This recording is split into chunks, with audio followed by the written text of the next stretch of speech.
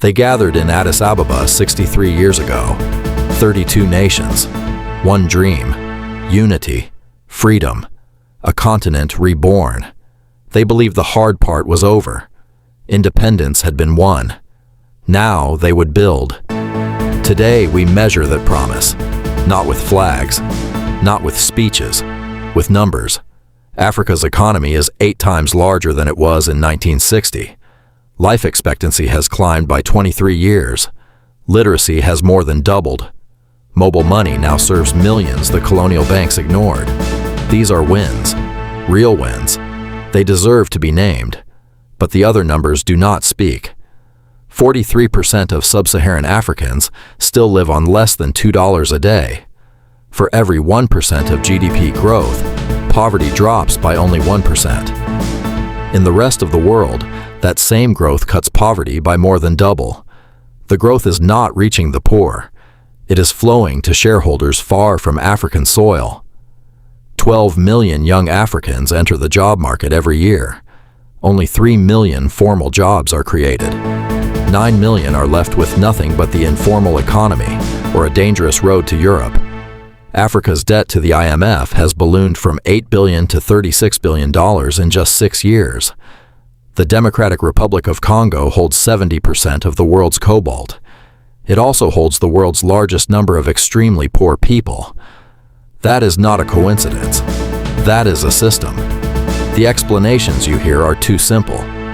The West blames corruption and tribalism. Pan-Africanists blame colonialism alone. The truth is more dangerous. It lives in the architecture. The borders drawn in Berlin were never redrawn. The CFA franc still chains 18 nations. The IMF's voting power still belongs to the old colonial powers. African minerals are still refined abroad. African profits still vanish into foreign accounts. And internally, too many governments have served themselves instead of their people. Elite capture, patronage, extraction from within. The liberation movements won power. Then they forgot the mission. This is the dual trap. External chains that were never broken. Internal betrayals that were never faced. On Africa Day 2026, the official theme speaks of power, debt, and digital control. It is the right conversation. Can the Sahel's new military sovereignty produce a genuine alternative? Can Africa restructure its relationship with the IMF without refusing all capital? Can it govern its own data, build its own platforms, and say no to digital colonialism? These are not questions for speeches. These are questions for the next 63 years. Kwame Nkrumah once said, "We must unite now or perish." Africa has not perished. It has not fully united either, but it is still here, building, failing, rising again, carrying a history that would have crushed a lesser people.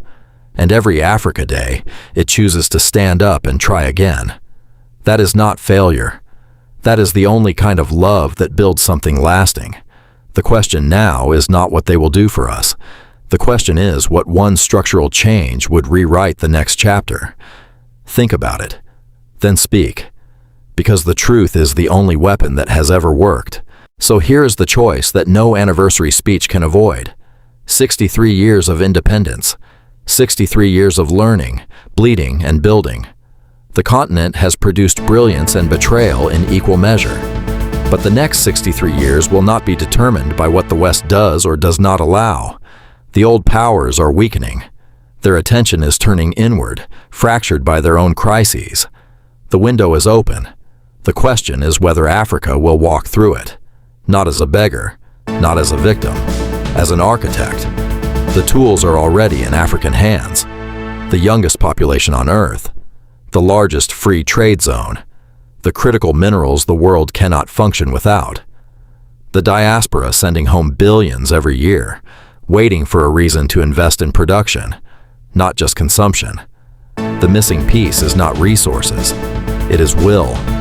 The will to build refineries instead of exporting ore. The will to fund African universities instead of sending children abroad. the will to arrest an African minister who steals as quickly as a foreign corporation that loots. This is not a dream. It is a decision. Africa Day 2026 is not a celebration of what was given. It is a reckoning with what was taken and what remains to be claimed. The founders asked for unity. We ask for accountability. That is not a betrayal of their dream. It is its fulfillment. Because a continent that can face its failures without flinching is a continent that can finally build something that lasts. The next 63 years start now, and the pen is finally in African hands. The pen is finally in African hands, but a pen is useless without a hand willing to write, and a hand is useless without a mind willing to imagine something new. The old script is familiar.